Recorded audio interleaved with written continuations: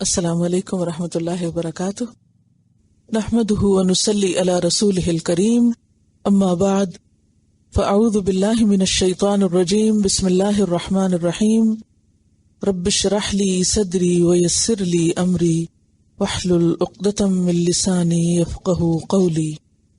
آیت نمبر 84 سے تفسیر۔ وَإِلَىٰ مَدْيَنَ، اور مدین کی طرف، اخاہم ان کے بھائی، شعیباً شعیب علیہ السلام کو بھیجا۔ پیچھے بھی آپ پڑھ چکے ہیں کہ مدین ابراہیم علیہ السلام کے بیٹے مدیان کی طرف نسبت ہے۔ ان کی طرف شعیب علیہ السلام بحیثیت نبی بھیجے گئے۔ قال، انہوں نے کہا، یا قومی، اے میری قوم، اعبدوا اللہ، اللہ کی بندگی کرو، ایک اللہ کی عبادت کرو، ما لکم، نہیں تمہارے لیے، من الہ، کوئی الہ، غیرہ، اس کے سوا، یعنی اللہ کے سوا، ولا تنقصوا المکیال، اور نہ تم کمی کرو ناپنے میں۔ مکیال کا لفظ جو ہے یہ کیل سے ہے، کاف یہ لام، اور مکیال مفعال کے وزن پر اسم آلہ ہے۔ غلہ ناپنے کے پیمانے کو مکیال کہتے ہیں بیسیکلی، لیکن اس کے بعد کسی بھی چیز کو ناپنے کے لیے مکیال استعمال ہوتا ہے۔ تو نہ تم کمی کرو ناپنے میں، ناپ میں، والمیزان، اور تول میں۔ اور میزان کس کو کہتے ہیں؟ ترازو کو۔ ترازو میں کمی نہ کرو، یعنی وزن میں کمی نہ کرو۔ ناپ کس کس چیز میں ہوتا ہے؟ لینتھ میں، لکوڈ میں، اور تول وزن میں، ویٹ میں۔ انی اراکم، بے شک میں دیکھتا ہوں تم کو، بخیرن، ساتھ خیر کے، یعنی اچھے حالت میں۔ یعنی تمہیں ناپ تول میں کمی کرنے کی آخر کیا ضرورت ہے جبکہ تمہارے پاس اللہ کا دیا سب کچھ موجود ہے۔ یعنی تمہارے پاس رزق کی کمی نہیں، تم ڈنڈی نہ مارو، چیزوں کو ناپنے تولنے میں کمی نہ کرو۔ وَإِنِّي أَخَافُ عَلَيْكُمْ، اور بے شک میں ڈرتا ہوں تمہارے بارے میں، عذاب یوم محیط، عذاب سے ایک گھیرنے والے دن کے۔ یہاں محیط جو ہے یوم کی صفت بتائی گئی ہے کہ ایسا دن جو گھیر لے گا، سراؤنڈ کر لے گا۔ کس کو؟ مجرموں کو۔ مجرم اس دن کہیں بھی بھاگ کر نہ جا سکیں گے۔ تو شعیب علیہ السلام کی دعوت بھی ہم دیکھتے ہیں کہ بنیادی طور پر سب سے پہلے توحید پر مبنی تھی، ایک اللہ کی عبادت کی طرف انہوں نے بلایا۔ پھر اس قوم میں جو خاص خرابی تھی کہ وہ ناپ تول میں کمی کرتے تھے، اس کی اصلاح کی، اور اس کام کے لیے انہوں نے 2 طرح کے دلائل دیے۔ نمبر 1 عقلی دلیل، اور وہ کیا تھی کہ عقل سے کام لو، دیکھو کہ تم جو کچھ کر رہے ہو اس کی تمہیں ضرورت نہیں ہے، تمہارے پاس پہلے ہی بہت کچھ ہے۔ عام طور پر انسان انفیئر مینز کا بھی اختیار کرتا ہے جب وہ خوفزدہ ہوتا ہے کہ صحیح طور پر یا صداقت اور انصاف اور امانت کے ساتھ میرا گزارا نہیں تو میں کسی اور طریقے سے فائدہ حاصل کروں۔ تو یہاں انہیں یہ کہہ رہے ہیں کہ تمہارے پاس سب کچھ ہے، اور سب کچھ ہونے کے باوجود پھر تم یہ سب کیوں کر رہے ہو؟ یعنی کسی بھی قسم کا کوئی بہانہ نہیں تمہارے پاس۔ اس کا یہ مطلب نہیں کہ جس کے پاس کچھ نہ ہو وہ یہ سب کچھ کرنے لگے، یعنی اگر وہ ایسا کرے تو کسی حد تک بات سمجھ میں آتی ہے، لیکن تمہاری جو حالت ہے اس پر تو تمہیں زیب ہی نہیں دیتا کہ اچھے بھلے کھاتے پیتے ہو کے سب کچھ ہوتے ہوئے پھر تم دھوکہ اور فریب اور چوری کرو اور لوگوں کو ان کا حق کم دو، اور جو مالی لین دین ہے ان میں تم فراڈ کرو۔ اور دوسری دلیل انہوں نے کیا دی؟ آخرت کے عذاب سے بچنے کی طرف توجہ دلائی۔ یعنی اگر تم نے نہیں مانا تو پھر تم دنیا میں اگر خوشحال ہو بھی اپنی ساری خرابیوں کے باوجود تو آخرت میں نہیں بچ سکو گے۔ بعض اوقات ایسا ہوتا ہے نا کہ انسان کے پاس اگر دنیا کی نعمتیں ہیں اور پھر بھی وہ غلط کر رہا ہے اور اس کو کوئی نقصان نہیں ہو رہا، تو وہ اس دھوکے میں مبتلا ہو جاتا ہے کہ میں غلط بھی کر رہا ہوں اور میرا کچھ بگڑ بھی نہیں رہا، تو میں ٹھیک ہی ہوں اور یہ سب چلے گا۔ تو اس پر انہوں نے کہا کہ نہیں، یہ چلے گا نہیں، اس کے بدلے تمہیں شدید قسم کی پکڑ کا سامنا ہوگا۔ اور ناپ تول کی کمی کے بارے میں سورۃ المطففین میں بھی آتا ہے کہ ویل للمطففین، ناپ تول میں کمی کرنے والوں کے لیے ہلاکت ہے، تباہی ہے۔ کون ہیں وہ؟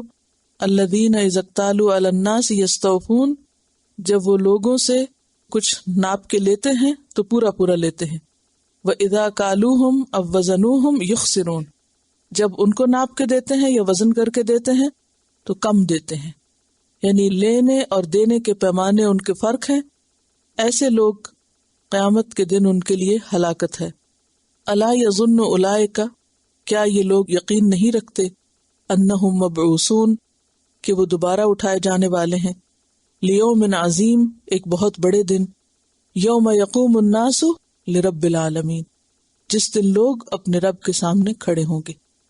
تو جس دن لوگ اپنے رب کے سامنے کھڑے ہوں گے اور ہر طرف سے مجرم گھیرے ہوئے ہوں گے، اور جیسا کہ آتا ہے کہ وہ زنجیروں میں بندھے ہوئے ہوں گے، کوئی کہیں بھاگ کے جا نہ سکے گا، تو اس دن پھر تمہارا مال تمہیں نہیں چھڑائے گا، لہذا تم اپنے آخرت کی فکر کرو۔ وَيَا قَوْمِ، اور اے میری قوم، أَوْفُوا الْمِكْيَالَ وَالْمِيزَانَ بِالْقِسْطِ، پورا کرو ناپ اور تول انصاف کے ساتھ۔ پیچھے کیا کہا؟ کمی نہ کرو، اور یہاں کیا کہا؟ پورا کرو۔ وَلَا تَبْخَسُوا النَّاسَ أَشْيَاءَهُمْ، اور نہ کم دو لوگوں کو ان کی چیزیں۔ اب یہاں آپ دیکھیے کہ ناپ اور تول میں انصاف پسندی کے بعد لوگوں کو چیزیں کم نہ دو، تو اس کے دو معنی ہو سکتے۔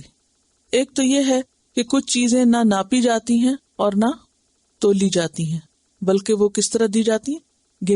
گنتی کر کے، ڈزنز میں یا سینکڑوں میں یا ہزاروں میں۔ تو ان کی چیزیں انہیں کم نہ دو، یعنی جب گنتی کرو تو گنتی بھی پوری کرو۔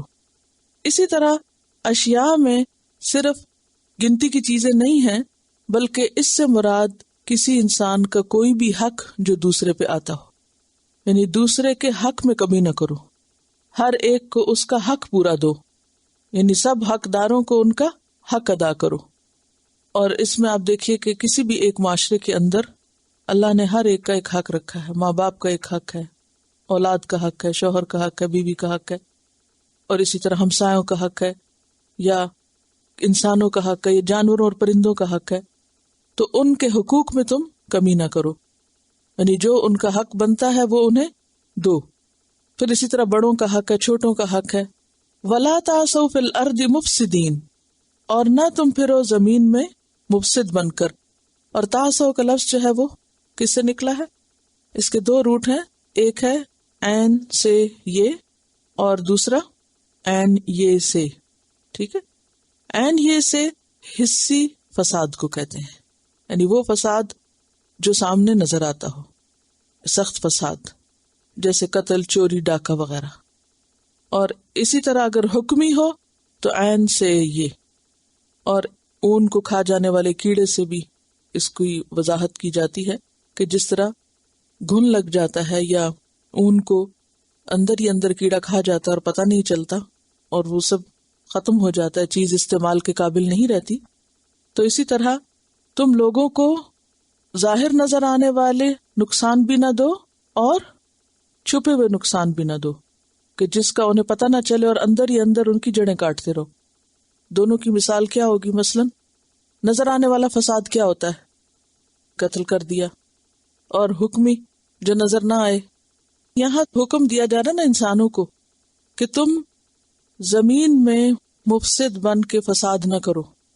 تو فساد دو طرح کا ہوتا ہے۔ تعثوا کا لفظ کیوں آیا ہے؟ تعثوا کا لفظ جو ہے اس کے دو روٹ ہوتے ہیں، اور ایک کے مطابق معنی ہوتا ہے حسی فساد، جو نظر آئے، ظاہر، یعنی بعض قسم کی ڈیوسٹیشن ایسی ہوتی ہے نا جو انسان کو ٹوٹی ہوئی چیزیں، بکھری ہوئی، خراب کی ہوئی سامنے نظر آ رہی ہوتی ہیں، اور کچھ ایسی ہوتی ہیں کہ جو سامنے نظر نہیں آتی۔ مثلاً اگر کسی عمارت کا شیشہ ٹوٹا ہوا ہو تو وہ سب کو نظر آ رہا ہوتا ہے، لیکن اگر دیوار کے اندر کوئی گھن لگا ہوا ہو یا اندر سے وہ کھائی ہوئی ہو اور سامنے کا پینٹ جو ہے وہ بالکل درست نظر آ رہا ہو تو وہ حکمی ہو گئی، نہیں چھپا ہوا ہے، نظر نہیں آ رہا، لیکن ہے دونوں ہی فساد کی قسمیں۔ تو یہ بھی فساد کی قسم ہے جو نظر نہیں آ رہی لیکن فساد ہے، اور ایک یہ ہے کہ سامنے کی ٹوٹ پوٹ ہو۔ اب یہ تو عمارتوں اور چیزوں کی بات ہے نا، یہاں یہ معاملہ اگر انسانوں کے ساتھ ہو تو اس میں کیا ہوگا؟ اس میں ظاہری فساد تو یہ ہے کہ آپ کسی کو گالی دیں، کسی کو آپ دو لگا دیں، اور اس کو آپ مار پیٹ کریں، یہ تو ظاہری نقصان دینے والی بات ہے. اور چھپا ہوا فساد کیا ہوگا کہ سامنے آپ اس کی خوشامد کریں لیکن پیچھے سے نقصان دیں، اندر اندر سے جڑیں کاٹیں کسی کی، کہ ایسی چیزوں میں نقصان دیں کہ جس کا دوسرے کو پتہ بھی نہ چلے، یعنی دوست کے روپ میں دشمنی کریں. لیکن خاص طور پر اگر یہ مال کے معاملے میں ہو، بزنس میں ہو، کیونکہ یہاں یہ بزنس کے کانٹیکس میں ہو رہا ہے. آپ کو معلوم ہے کہ قوم شعیب جو تھی وہ تجارت پیشہ قوم تھی. کہاں واقع تھی؟ جہاں ایک طرف شام اور دوسری طرف یمن سے آنے والی، حجاز سے آنے والی شاہراہ ملتی تھی، تجارتی منڈی تھی. مدین کا علاقہ کیا تھا؟ تجارتی منڈی کا علاقہ تھا. اور اس میں کیا ہوتا تھا کہ ایک طرف سے یعنی کہ دنیا کے ایک کنارے سے تجارتی سامان وہاں آ کے لوگ ڈالتے اور دوسری طرف سے اور پھر وہاں ایک دوسرے کے ساتھ یعنی کہ ایکسچینج یا ٹرانزیکشنز ہوتی، اور اس سے پھر ان کا بزنس جو تھا وہ خوب پھلتا پھولتا تھا. یعنی جسے آج کی زبان میں کہہ سکتے کہ اوپن مارکیٹ، یا یہ ہے کہ ایک تجارتی شہر. تو اس وجہ سے دنیاوی اعتبار سے وہ بہت خوشحال لوگ تھے، انہیں کسی چیز کی کمی نہیں تھی، لیکن اندر سے ان کی نیتیں خراب تھیں. بعض اوقات ایسا ہوتا ہے نا کہ کسی شخص کے پاس بہت کچھ ہوتا ہے لیکن اس کی نیت اچھی نہیں ہوتی، اور اس وجہ سے وہ ہر ایک کو ڈنگ مار جاتا ہے، ہر ایک کو نقصان دے جاتا ہے، ہر ایک کے ساتھ کچھ نہ کچھ زیادتی کر جاتا ہے، کیونکہ اس کے اپنے اندر دل نہیں بھرا ہوا اس کا. یعنی جیب بھری بھی ہے، گھر بھرا ہوا ہے، لیکن دل نہیں بھرا ہوا. اسی لیے کہتے ہیں نا کہ غنا کیا ہوتی ہے؟ جو نفس کی غنا ہوتی، کہ دل کے اندر قناعت ہے، کچھ نہیں تب بھی اطمینان ہے.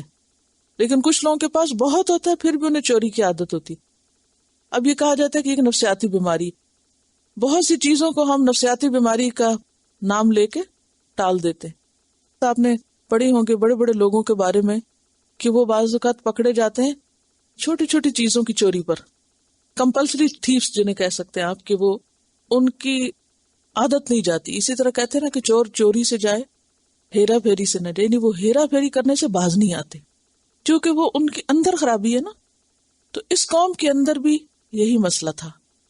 تو لوگوں کے ساتھ لین دین میں بھی وزن بھی، پیمانے بھی پورے نہیں کرتے تھے، یعنی کہ وہ دوسرے سے جو نفع حاصل کرتے اس کے عوض اتنا کام کر کے نہیں دیتے تھے. اور اس میں صرف یہ مال تجارت میں نہیں ہوتا بلکہ ہر پیشے میں ہوتا ہے. ہر پیشے سے مراد کیا؟ مثلاً اگر کوئی کہیں جاب کرتا ہے اور تنخواہ پوری لیتا ہے لیکن ٹائمنگز پورے نہیں دیتا، تو یہ کیا ہے؟ اسی طرح کسی سے آپ نے کوئی چیز طے کی کہ میں اتنے گھنٹے فلاں کام کروں گی، اور آپ اس کی پیمنٹ پوری لے لیتے ہیں، مگر گھنٹے جو ہے نا بظاہر پورے کر رہے ہیں مگر اندر سے وہ پروڈکٹیو آورز نہیں ہے، بس وہ ٹائم پورا کر دیا کہ ہاں جی ہم اتنے گھنٹے بیٹھ گئے تھے فلاں جگہ پر، یہ اتنے گھنٹے کی ہم نے جاب کر لی، نام جاب کا دیا ہوا لیکن اس کو پورا حق نہیں ادا کیا. یا اسی طرح کوئی ذمہ داری لے لی، اس کا حق ادا نہ کیا. پھر اسی طرح جاب کے علاوہ کچھ اور کام کرنے کے کانٹریکٹ ہو سکتے ہیں، جیسے کپڑا سلائی کرنا کسی کا اجرت پہ. اب وہ سلائی آپ پوری لے رہے ہیں لیکن صحیح طور پہ کٹنگ ہی نہیں کی، توجہ سے سیا ہی نہیں، جو ناپ آپ کو ملا تھا وہ ناپ آپ نے گما دیا، یا یہ ہے کہ اس کو چھوٹا بڑا کر دیا. اکثر لوگوں کا یہ مسئلہ ہوتا ہے کہ وہ جو کام جس طرح کروایا تھا وہ ویسا کر کے نہیں دیا. یہ سب چیزیں اسی قسم میں آتی ہیں. تو صحیح طور پر جو حق تھا، یعنی ایکسٹرا کرنا تو دور کی بات، جتنا کرنا چاہیے تھا، جس کا اس نے معاوضہ لیا وہ اس نے پورا نہیں کیا. مثلاً اس نے طے کیا کہ میں یہ 3 کام کروں گا اور 2 کر کے معاوضہ 3 کا لے لیا. اس طرح کی جتنی بھی قسمیں ہیں وہ سب اس میں آتی. یہ فساد کی حکمی قسمیں ہیں. ایک وہ ہے جو سامنے نظر آتا ہے اور ایک وہ ہے جو چھپا ہوا ہے، نظر نہیں آتا. تو اس میں کیا کہا جا رہا ہے؟ وَلَا تَبْخَسُوا النَّاسَ أَشْيَاءَهُمْ وَلَا تَعْثَوْا فِي الْأَرْضِ مُفْسِدِينَ. اور تم زمین میں، اور زمین سے مراد کون سی زمین ہے؟ صرف ان کا اپنا شہر نہیں، کیونکہ جو تاجر پیشہ لوگ ہوتے ہیں وہ صرف ایک جگہ بیٹھ کے تجارت نہیں کرتے، وہ تجارت کے غرض سے اور جگہوں پر بھی آتے ہیں. بزنس ٹرپس ہوتے ہیں ان کے. اب وہ بزنس ٹرپس کے ساتھ جہاں بھی جائیں گے وہ عادتیں تو نہیں جائیں گی ان کی, وہ وہاں جا کے بھی وہی کام شروع کر دیں گے, وہی دھوکے بازیاں, وہی فراڈ. اس طرح آپ دیکھیں کہ آج کے دور میں بھی کچھ قومیں جو ہیں مشہور ہو گئی ہیں اس میں, بہت ماہر ہو گئی ہیں دھوکے بازی میں. وہ دنیا کے کسی ملک میں چلے جائیں, وہ کوئی بزنس شروع کر لیں, وہ اپنے ہاتھ دکھانے سے باز نہیں آئیں گے. وہ کچھ نہ کچھ فریب فراڈ ضرور کریں گے, عادتیں پڑی ہوئی ہیں نا. تو یہی حال ان کا تھا, کیونکہ اگر آپ ٹیکسٹ کو سامنے رکھ کے دیکھیں بظاہر یہ لگتا ہے جیسے ریپیٹیشن ہو رہی ہے. وَلَا تَنْقُصُوا الْمِكْيَالَ وَالْمِيزَانَ أَوْفُوا الْمِكْيَالَ وَالْمِيزَانَ وَلَا تَبْخَسُوا النَّاسَ أَشْيَاءَهُمْ وَلَا تَعْثَوْا فِي الْأَرْضِ مُفْسِدِينَ. لیکن حقیقت میں ہر ایک کا اپنا ایک کانٹیکسٹ ہے, اور اس میں آپ دیکھیے کہ پھر کتنی تاکید ہے. اگر ایک بات منفی انداز میں کہی گئی, پھر پازیٹیو انداز میں کہی گئی اوفو کے ساتھ, پھر اس کے بعد ایک اور تاکیدی انداز میں ولا تبخسوا کے ساتھ کہی گئی, پھر اس کے بعد ولا تعثوا کے ساتھ, اور تعثوا کے ساتھ مفسد مزید تاکید کے لیے. تو یہ سب کچھ کیا بتاتا ہے کہ مالدار ہونے کے باوجود, بظاہر پراسپیرٹی ہونے کے باوجود بھی ان کے اندر کرپشن کی انتہا تھی. کرپٹ لوگ تھے, مفسد لوگ تھے, اور اندر سے انتہائی کھوکھلے لوگ تھے. اور اس چیز سے شعیب علیہ السلام ان کو بار بار روکتے ہیں. پھر کہتے ہیں بقیت اللہ خیر لکم ان کنتم مؤمنین. بقیہ کہتے ہیں بچی ہوئی چیز کو, اس کو آپ سیونگز کہہ سکتے ہیں. اور بقیت اللہ وہ سیونگز جو اللہ نے تمہیں دی, یعنی اللہ کی طرف سے جو تمہیں نفع ہوتا ہے تمہارے کاروبار میں, جائز پروفٹ جو حاصل ہوتا ہے, وہی تمہارے حق میں بہتر ہے اس سے جو تم ڈنڈی مار کے حاصل کرو یا فریب اور فراڈ کے ساتھ حاصل کرو. تو بقیت اللہ خیر لکم. اب کمائی کے 2-3 طریقے. ایک یہ کہ انسان ایمانداری کے ساتھ چیز بیچے اور جائز منافع حاصل کرے, اور اس منافع سے خود بھی کھائے پیے, صدقہ خیرات بھی کرے, اور پھر سیونگز بھی کرے. یہ ہے بقیت اللہ, کہ جو اللہ کے حکم کے مطابق اس نے لیا اور دیا, خرید و فروخت کی, اور پھر اس میں گھر والوں کا حق بھی دیا, رشتہ داروں کا حق دیا, اور اس کے ساتھ ساتھ صدقہ خیرات کیا, غریب و یتیموں کو بھی دیا, اور پھر بچ بھی گیا. یعنی ایسا نہیں ہوتا کہ جو لوگ ایمانداری کے ساتھ کام کاروبار کرتے ہیں ان کے ہاں بچت نہیں ہوتی, ان کے پاس بھی بچت ہو سکتی. تو وہ بچت جو اللہ نے تمہارے لیے لکھ دی ہے یا جائز قرار دی ہے یا تمہیں عطا کی ہے, وہ کہیں زیادہ بہتر ہے بنسبت اس سے کہ جو تم انفیئر مینز کے ساتھ حاصل کرو. اور پھر آپ دیکھیے کہ یہاں بھی ایک خاص بات سمجھائی جا رہی ہے, اور وہ کیا ہے؟ قناعت سے کام لینا. قناعت کیا ہوتی ہے؟ کہ جو اللہ دے اس پہ راضی ہونا, اس پہ مطمئن ہونا, اور زیادہ کی حرص میں حرام طریقے اختیار نہ کرنا. مثلا آپ دیکھیے کہ کچھ لوگوں کا حال کیا ہوتا ہے کہ ان کے پاس جتنا بھی ہو, قارون کا خزانہ بھی ہو, تو وہ اس پہ راضی نہیں ہوتے, اس پہ مطمئن نہیں ہوتے. وہ ہر وقت زیادہ کی حرص اور فکر میں جیتے ہیں, اور یہ چیز ان کو کسی بھی حد اور کسی بھی انصاف پر قائم نہیں رہنے دیتی. کیونکہ پیچھے انہوں نے کہا نا کہ اوفوا المکیال والمیزان بالقسط, انصاف کے ساتھ یہ سب کام کرو, اور انصاف کے ساتھ حاصل کی ہوئی بچت تمہارے لیے بہتر ہے.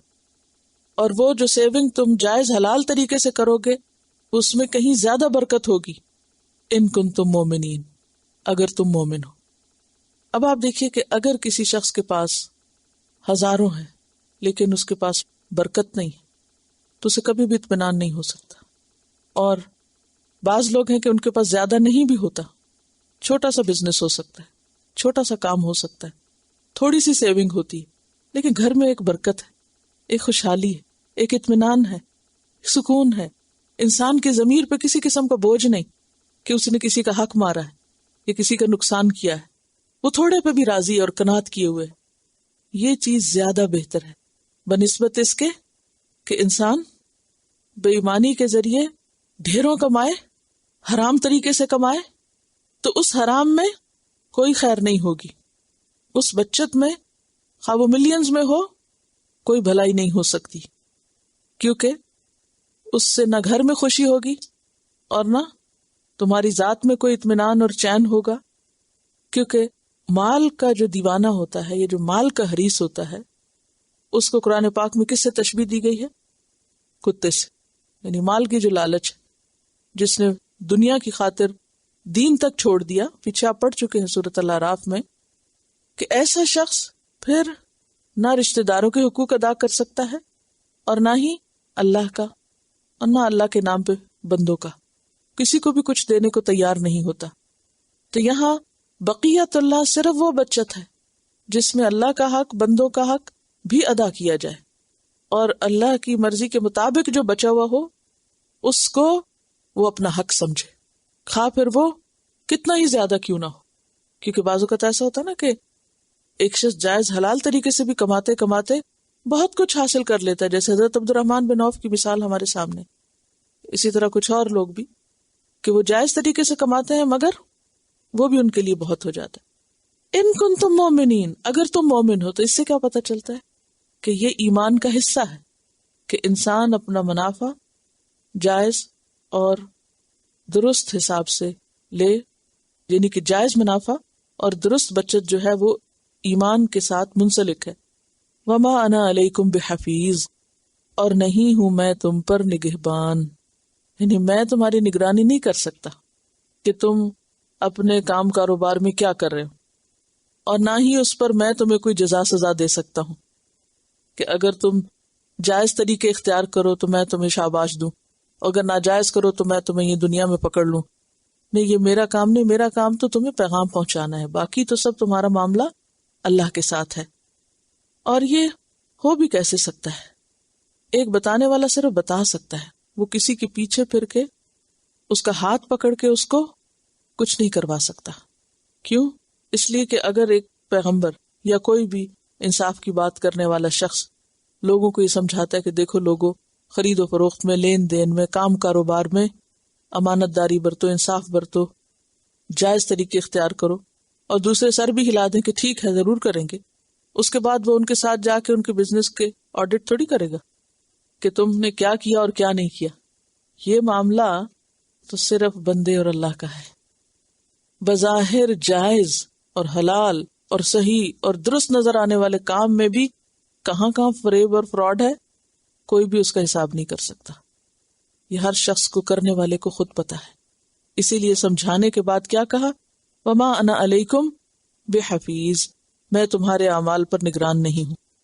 قالو، کہنے لگے، یا شعیب، اے شعیب، اور مذاق سے کہا، اصلاتک تأمرک، کیا تیری نماز تجھے حکم دیتی ہے، ان نترک ما یعبد آباؤنا، کہ ہم چھوڑ دیں ان کو جن کی عبادت کرتے تھے ہمارے باپ دادا. یعنی تم ہمیں شرک سے باز کرنا چاہتے ہو. تمہارا کیا خیال ہے تمہاری باتوں میں آ کے، تمہاری مان کے ہم اپنے باپ دادا کا دین چھوڑ دیں گے؟ اب آپ دیکھیے کہ یہ کہہ کون رہا ہے؟ ایک ایسی قوم جو دنیاوی اعتبار سے بڑی مالدار اور بڑی کامیاب قوم ہے. دیکھیے کہ تجارت میں کامیابی اور تجارت میں ترقی جو ہے یہ ہر ایک کے بس کی بات نہیں ہوتی. تجارت کے اپنے کچھ گر ہوتے ہیں، طریقے ہوتے ہیں، اور مال کمانے کے اپنے کچھ سلیقے ہوتے ہیں. ایک قوم جو مال کمانے کے معاملے میں ایکسٹرا ہوشیار اور سمجھدار تھی ان کے اپنے سٹینڈرڈ کے مطابق، وہی جب دین کا معاملہ آتا، عبادت کا معاملہ آتا، تو جا کے بتوں کے آگے کھڑے ہو جاتے. یعنی حیرت کی بات ہے نا، بعض اوقات سمجھ نہیں آتا کہ کچھ لوگ دنیاوی اعتبار سے انتہائی سمجھدار ہوتے ہیں، ان کی عقل خوب کام کرتی ہے اور بڑی بڑی کیلکولیشنز کر لیں گے، تجارت کے اصول ان کے ٹپس پر ہوں گے، اور دنیا بھر کی مارکیٹس ان کی نظر میں ہوں گی، تجارت کے نئے نئے طریقے ان کو آتے ہوں گے. لیکن وہی لوگ جب اپنا کام ختم کر کے رات گھر جاتے ہیں تو بتوں کے آگے ہاتھ جوڑ کے کھڑے ہو جائیں تو عقل کہاں جاتی؟ یعنی جو دماغ پیسہ کمانے میں اتنا تیز ہے، وہ دماغ اپنے خالق کو نہیں پہچانتا. اس لیے نہیں پہچانتا کہ عقل پہ ایک پردہ آیا ہوا ہے، اور وہ پردہ کیا ہے؟ باپ دادا کے طریقوں سے وابستگی، صرف رسم و رواج اور کسٹمز کے ساتھ ایک اٹیچمنٹ، اندھی تقلید، آنکھیں بند کر کے فالو کرنا، اپنی عقل سے کام نہ لینا۔ اکثر لوگ دنیا کے معاملے میں عقل خوب استعمال کرتے ہیں، اوور سمارٹ ہوتے ہیں، حرام کام اور غلط کام اور ٹرکس بھی خوب کر لیتے ہیں، لیکن دین کے معاملے میں آ کر ان کی عقل کام ہی نہیں کرتی۔ حیرت کی بات ہے نا، کیوں نہیں کرتی؟ انٹرسٹ ہی نہیں، کرنا ہی نہیں چاہتے۔ جس چیز میں ہمیں فائدہ نظر آتا ہے وہ کام ہم ہر قیمت پہ کر لیتے ہیں، اور جو ہمیں فائدے کا نظر نہیں آتا اس میں آگے نہیں بڑھتے۔ تو انہوں نے کہا، کیا تمہاری نماز تمہیں یہ حکم دیتی ہے کہ تم ہم سے ہمارے باپ دادا کی پیروی چھڑا دو؟ نماز کا تانا ہر دور میں دیا گیا ہے۔ شعیب علیہ السلام کے بارے میں آتا ہے کہ بہت زیادہ اللہ کے آگے جھکنے والے اور خشوع و خضوع کرنے والے تھے۔ جب کسی شخص کے اندر نماز سے محبت ہوتی تو یہ کس بات کی دلیل ہوتی ہے کہ وہ شخص اللہ کا بہت وفادار ہے، اس کا اللہ سے خاص تعلق ہے۔ یہ نماز سے ہی پتہ چلتا ہے نا۔ اور اگر کوئی شخص نماز میں جلد بازی کرتا ہے تو یہ کس بات کی علامت ہے کہ اس سے اللہ تعالیٰ سے کوئی دلچسپی نہیں، کیونکہ نماز اللہ کی ملاقات ہے۔ تو اب ایسا شخص جو نمازوں کا پابند ہو، بعض اوقات وہ دوسروں کی نظر میں کھٹکنے لگتا ہے، دوسرے لوگ اس سے انسیکیور فیل کرتے کہ یہ ہماری کم سنے گا اور اللہ کی زیادہ مانے گا۔ لہٰذا وہ جب کوئی اپنی بات منوانی ہوتی ہے یا کوئی کام نکلوانا ہوتا ہے تو وہ دوسرے کو ایکسپلائٹ کرنے کے لیے ان چیزوں کا سہارا لیتے ہیں۔ اب جو انہیں کہنا تھا وہ کہہ دیتے، لیکن بیچ میں نماز کو لے آئے۔ او ان نفعل فی اموالنا ما نشاء، یا یہ کہ تمہاری نماز ہمیں یہ کہتی ہے، لیکن نماز تو کچھ بھی نہیں کہتی کسی کو۔ لیکن بہرحال نماز کا ایک خاموش اثر ضرور ہوتا ہے، نماز نہ بھی بولے لیکن نماز کا ایک اثر ضرور ہوتا ہے۔ او ان نفعل فی اموالنا ما نشاء، یا یہ کہ ہم کریں اپنے مالوں میں جو ہم چاہیں، یعنی تم ہمیں ہمارے مالوں میں ہماری مرضی نہیں کرنے دیتے۔ بہت سے لوگوں کا یہ نظریہ ہوتا ہے، ہمارا مال ہماری مرضی، ہم جیسے چاہیں کمائیں، جہاں چاہیں خرچ کریں، تم کون ہو پوچھنے والے۔ اور جس کے پاس جتنا مال ہو، اور اگر کوئی مال کی وجہ سے بڑا بنا ہوا ہو تو اس کے اندر یہ ایروگنس اور زیادہ ہوتی ہے کہ وہ مال کے بارے میں اپنی مرضی زیادہ کرنا چاہتا ہے، کہ ہمیں کوئی کچھ نہ کہے، ہم کسی کی سننا نہیں چاہتے، کیونکہ مال بھی تکبر کا ایک ذریعہ بن جاتا نا، بڑا بننے کا۔ انک لانت الحلیم الرشید، کیونکہ تم البتہ ہو بڑے بردبار سمجھدار۔ حلیم کا مطلب کیا ہے؟ حلم والا۔ حلم کس کو کہتے ہیں؟ تحمل کو، وقار کو، متانت کو۔ ایسی کیفیت یعنی حلیم وہ شخص ہوتا ہے کہ جو اپنے نفس اور طبیعت پر ایسا ضبط رکھے، کنٹرول رکھے کہ غیظ و غضب کے وقت بھڑک نہ اٹھے۔ کچھ لوگ ایسے ہوتے ہیں نا کہ اگر کوئی تھوڑی سی بات ان کی مرضی کے خلاف ہو جائے تو کیا کرتے ہیں؟ آپے سے باہر ہو جاتے ہیں، بھڑک اٹھتے ہیں۔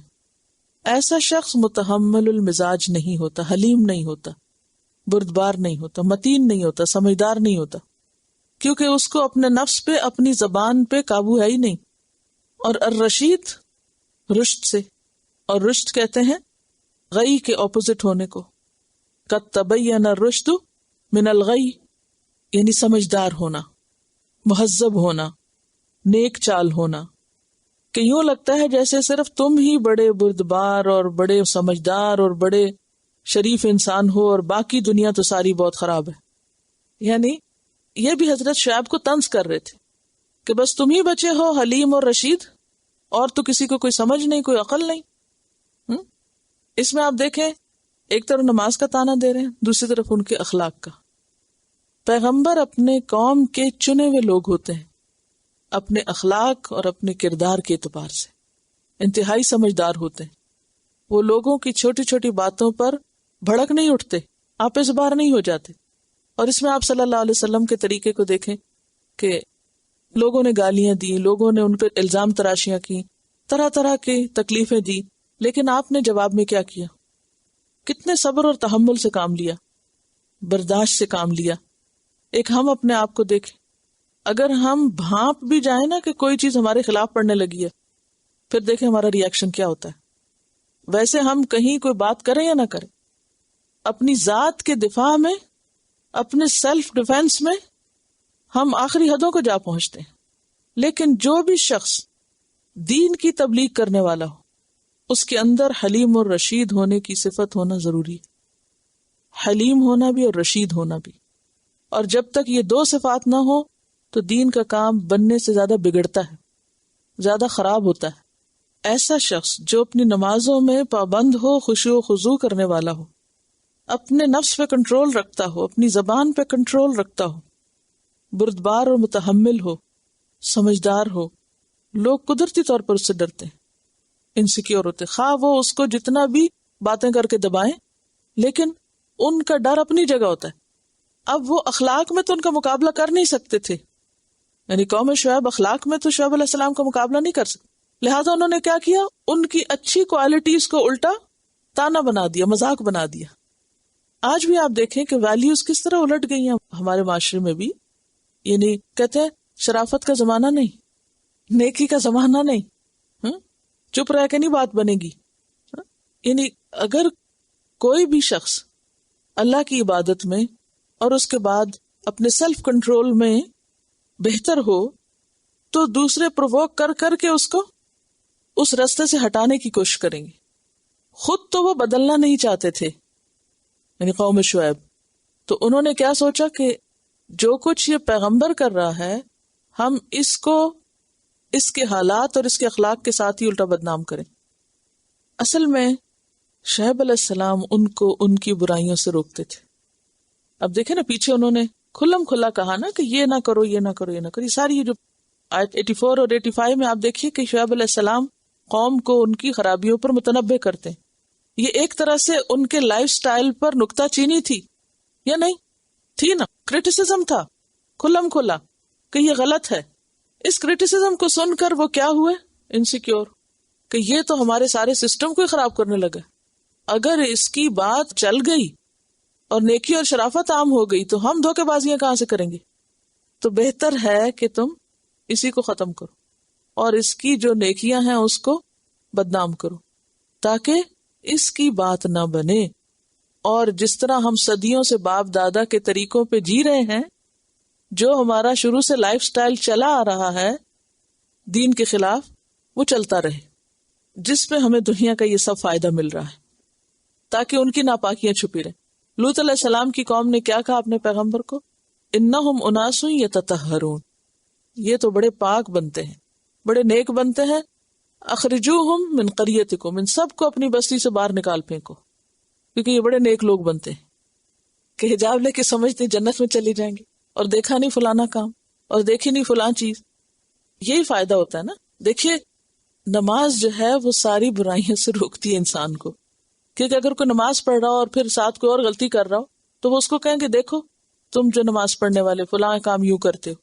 تو اگر اس کو پہلے اپنی غلطی کا احساس نہیں تھا، پتہ نہیں تھا، تو پتہ چل جائے گا. اور اگر اس کے اندر واقعی خیر ہوئی تو وہ اس غلطی کو دور کرنے کی کوشش کرے گا، نماز نہیں چھوڑے گا. ورنہ لوگ کیا کرتے ہیں، وہ نماز چھوڑنے کی فکر کرتے ہیں، غلطی نہیں چھوڑتے.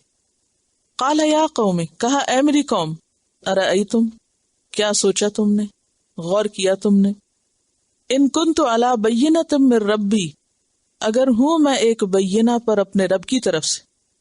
اور بینہ سے مراد علم اور دلیل جو میرے رب نے مجھے عطا کیا. وَرَزَقَنِي مِنْهُ رِزْقًا حَسَنًا، اور اس نے عطا کیا مجھ کو اپنی طرف سے اچھا رزق، عمدہ روزی. اب رزقاً حسنا کیا ہے؟ پیچھے تو آپ دیکھتے ہیں نا کہ بینہ کے ساتھ رحمت کا لفظ آیا ہے. تمام پیغمبروں کے لیے دو الفاظ آئے، بینہ اور رحمہ، لیکن یہاں رحمہ کی بجائے رزقاً حسنا آیا ہے. رزق جیسا کہ آپ جانتے ہیں کہ حصی معنوں میں بھی ہوتا ہے اور مانوی معنوں میں بھی. حصی رزق کیا ہوتا ہے؟ جیسے مال و دولت کا ہونا. روایات میں یہ بھی آتا ہے کہ شعیب علیہ السلام ایک مالدار گھرانے سے تعلق رکھتے تھے، کیونکہ جہاں پر تجارت ہوتی ہے، جن علاقوں میں، جن شہروں میں، یا ایک فائنینشیل ایکٹیویٹی ہوتی ہے، تو وہاں عمومی طور پر خوشحالی ہوتی ہے. یعنی وہ خوشحالی صرف چند لوگوں تک نہیں بلکہ اس بزنس ایکٹیویٹی سے سارے علاقے تک شادابی اور خوشحالی جاتی ہے. تو کہا جاتا ہے کہ شعیب علیہ السلام خود بھی مالدار شخص تھے. تو وہ کہتے ہیں کہ میرے رب نے مجھے اچھا رزق دیا، لیکن وہ اپنے رزق کمانے میں حرام طریقوں سے کام نہیں لیتے تھے، بلکہ رزقاً حسناً سے مراد زیادہ بھی اور ساتھ حلال اور طیب بھی. کہ دیکھو مجھے اللہ نے علم اور نبوت بھی دی اور دنیاوی اعتبار سے بھی مجھے وہ سب دیا جو کسی کے پاس ہونا چاہیے. تو پھر میری مثال تمہارے سامنے ہے کہ صحیح طریقے پر چل کر بھی انسان مال کما سکتا ہے، اور اگر اس کو حصی رزق نہ لیا جائے اور رزق سے مراد یہاں نبوت لی جائے تو بھی ٹھیک ہے، لیکن نبوت سے زیادہ یہاں رزقاً حسنا ظاہری رزق کے لیے استعمال ہو رہا ہے. وما اریدو، اور میں نہیں چاہتا، کیونکہ آگے کا جملہ اس کو زیادہ سپورٹ کرتا پہلے معنی کو، اور میں نہیں ارادہ رکھتا کس بات کا، ان اخالفکم، کہ میں خلاف کروں تمہارے، مخالفت کروں تمہاری، الی ما انہاکم عنہ، طرف اس کے جو میں روکتا ہوں تم کو اس سے. جس چیز سے میں تمہیں روکتا ہوں وہ میں خود نہیں کرتا. میرے قول و فعل میں تضاد نہیں ہے کہ میرے رب نے مجھے علم بھی دیا اور مال بھی دیا ہے. تو دیکھو میں اگر جائز طریقوں سے مال کما رہا ہوں تو میں تمہارے سامنے ایک مثال ہوں. میں تمہیں اگر برے کاموں سے اور برے طریقوں سے روک رہا ہوں تو تم اس سے باز آ جاؤ. دیکھو کہ میں بھی تو وہی کر رہا ہوں جو میرے رب نے مجھے کہا ہے، اگر تم بھی وہ کرو گے تو تمہیں نقصان نہیں ہوتا. میں جو کہہ رہا ہوں اس کی مخالفت نہیں کرتا، کیونکہ سورۃ البقرہ میں آتا نا، اتأمرون الناس بالبر وتنسون انفسکم، کیا تم لوگوں کو نیکی کا حکم دیتے ہو اور اپنے آپ کو بھول جاتے ہو؟ تو یہاں شعیب علیہ السلام جو تعلیم دوسروں کو دے رہے تھے توحید کی اور رزق حلال کمانے کی، اس پر وہ خود پوری طرح کاربند تھے، کیونکہ کبر مقتا عند اللہ ان تقولوا ما لا تفعلون، اللہ کے نزدیک بہت بڑی بات ہے کہ تم جو کہو وہ کرو نہ. ان اريد الا الاصلاح ما استطعت، نہیں میں ارادہ رکھتا مگر اصلاح کا، جتنی مجھ میں ہمت ہے، جتنی میری استطاعت ہے، جو بھی میں طاقت رکھتا ہوں. تو اس سے کیا پتہ چلتا ہے کہ اصلاح کا کام کب تک کرنا چاہیے اور کتنا کرنا چاہیے؟ اپنی استطاعت کے مطابق، جتنا بس چلے. بعض اوقات ایسا ہوتا ہے نا کہ انسان کے پاس ہمت ہوتی ہے لیکن وہ صرف دوسروں کی باتوں سے ڈر کر بے ہمت ہو جاتا ہے اور کام چھوڑ دیتا ہے، یا کوئی شخص کر رہا ہوتا ہے اور دوسرا اس کو ڈسکریج کر دیتا ہے کہ کوئی فائدہ نہیں کرنے کا، تم اتنے عرصے سے کر رہے ہو، یہ اتنا کر چکے، یہ اتنا سمجھا چکے، تمہیں کیا نتیجہ نظر آتا ہے؟ دیکھیے کہ کسی بھی کام کا اوور نائٹ کوئی نتیجہ نظر نہیں آیا کرتا، اور خاص طور پر انسانوں کی اصلاح کا کام یہ سب سے مشکل ترین کام ہے، اور طویل محنت اور صبر چاہتا ہے. السلام علیکم. میرے کزن تھے، انہوں نے ایم اے کیا، تو جب وہ واپس گاؤں میں آئے تو انہوں نے سب کو تبلیغ دینا شروع کی کہ آپ جو یہ کام کرتے ہیں نا وہ صحیح نہیں ہے، تو آپ سیدھے راستے پہ آ جائیں، کہ صرف اللہ کو مانو، نماز 5 ٹائم پڑھو، بزرگ تمہارا کچھ نہیں کر سکتے. جتنے بھی علاقے میں اتنے زیادہ میلے لگتے تھے نا، دراصل وہ یہ کہتے تھے کہ میلے ٹھیلے لگانا بند کر دو، اور اللہ تعالیٰ نے جو دن بنائے ہمارے لیے عید، ان کے اوپر تم سیلیبریٹ کرو. تو وہ کوئی بھی نہیں مانتا تھا. تو پھر جو میرے دوسرے کزنس ہیں انہوں نے ان کو مسجد سے نکال دیا کہ آپ بزرگوں کے خلاف بولتے ہیں تو آپ اچھے نہیں ہیں. پھر اس نے اپنے گھر سے اپنے بھائیوں سے بھی لڑائی کی، تو ان کے بھائی کہتے تم یہ چھوڑ دو، تم کیا کرتے ہو؟